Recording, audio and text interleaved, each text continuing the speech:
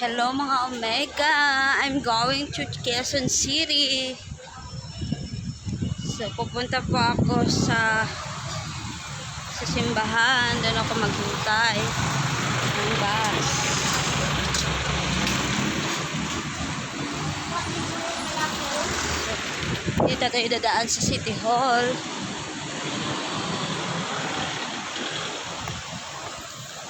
Appointment day ko na naman dahil Friday ngayon, guys. So aalis tayo ngayon. Appointment ko ako ngayon.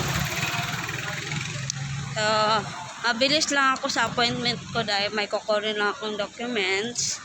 Tapos uuwi agad. Wala na akong ibang pupuntahan. Depende. Saan naman ako pupunta? So, uwi lang ako. Dito ako sasakay. Dahil nga sinabi ko na isang sakayan lang. So, kita-kits tayo doon, guys. Maaga akong umalis dahil nung Friday, nabutan ako ng alas 5. Hinintay na naman nila ako. So, ngayon, dapat maaga tayo dahil I'm sure na traffic ngayon dahil maraming dadaan dito sa may Bulacan papuntang Harina. Dito ako maghintay. See you later mamaya mga Omega. I'm back mga Omega. So lakad-lakad muna tayo, usap-usap dahil sa dulo pa yung office. Dito na ako sa Quezon Ave. Butit walang ulan.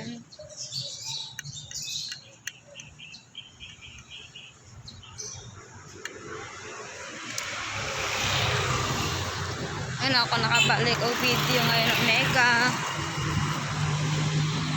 Aba na pala yung buhok ko.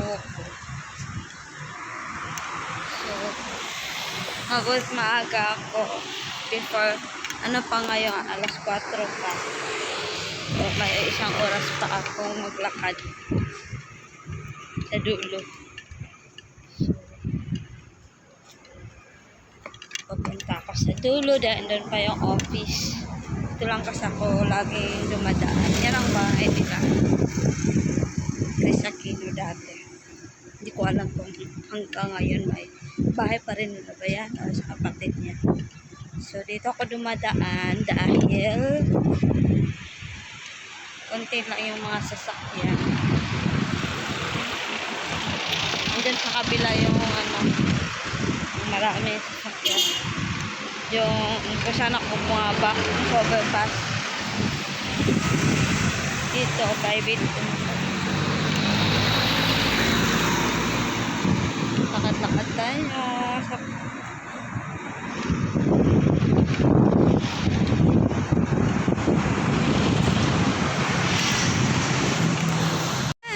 tapos na, dyan ako nag-office palagi every Friday sa Manila Bulletin dahil ay pinapagawa ko sa kanila, may pinapublish ko sa kanila every Friday para sa mga client namin.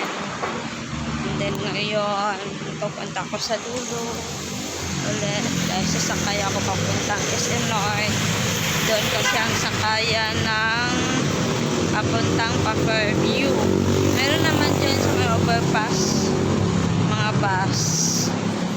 Mas gusto ko kasi SUV mga express van. Kasi ang gusto ko dahil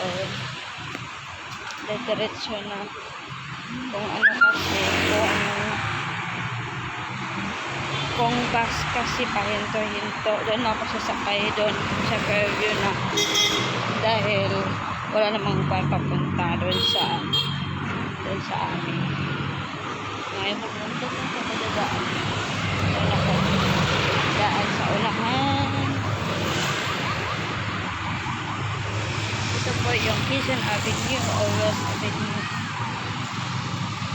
lakad-lakad tayo. Mabilis lang ako doon dahil kinukuha ko lang ng ano, kumuha lang ako sa mga pinagawa ko sa kanila. Dito na sa bag, mga dokumento. So, bilis lang, diba?